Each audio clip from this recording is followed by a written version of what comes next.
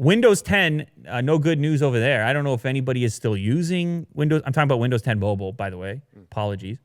I don't know if anyone is still using this OS, Windows Phone. People remember Windows Phone. I'm sure there's some audience members that are on a Windows Phone right now. The end is near. I mean, very near.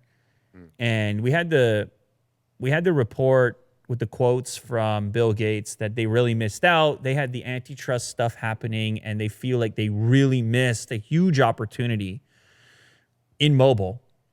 Bill thinks that they really could have been the Android of today if they weren't fighting these other various battles at the time with the antitrust. Well, that doesn't really matter now. Microsoft, they had the event with the Duo, their new device, Surface Duo and Surface Neo. Yes. And one of which is going to actually carry Android. So they've completely checked out. They said, look, it's over for Windows Mobile. We're done with it. It's fine. We missed out. It's cool. We're going to do different things. And we can release a device with Android. It's fine with us. And I think that's a good move. But what does this mean for the pre-existing Windows phones that are out there, and more importantly, Windows 10 Mobile? And it turns out we are right at the end of the thing. It's all winding down.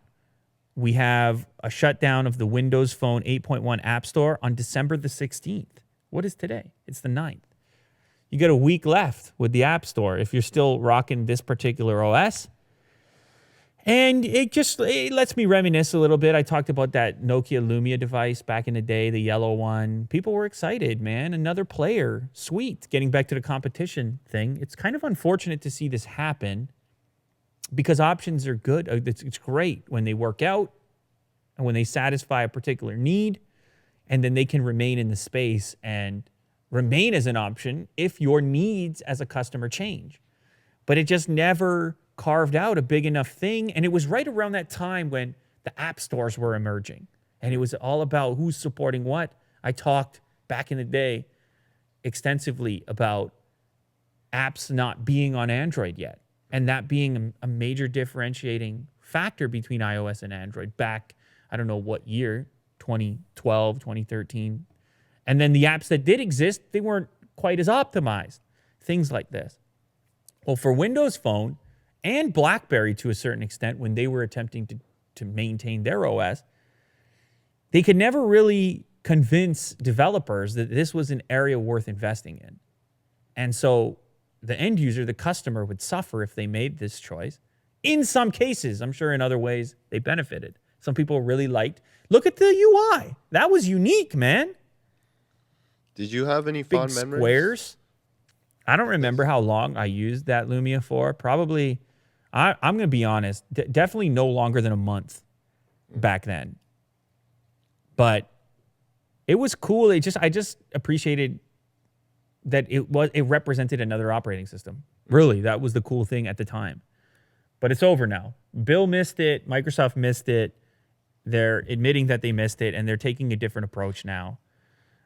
They also, I don't know if you recall, they acquired Nokia's devices division for $7 billion. So they gotta write that off now. Like, it's amazing when a company gets to that scale. There's just the scale is so big that the mishaps are also big, and the investments are also big. And sometimes you can't recuperate it, but it's more important to recognize that Google does this frequently in terms of killing products. It's important to recognize that, know how to move on, and they are moving on. We're going to see Microsoft devices with Android in the near future. So, RIP Windows Phone. Officially, App Store shutting down in 7 days from the time we're filming this.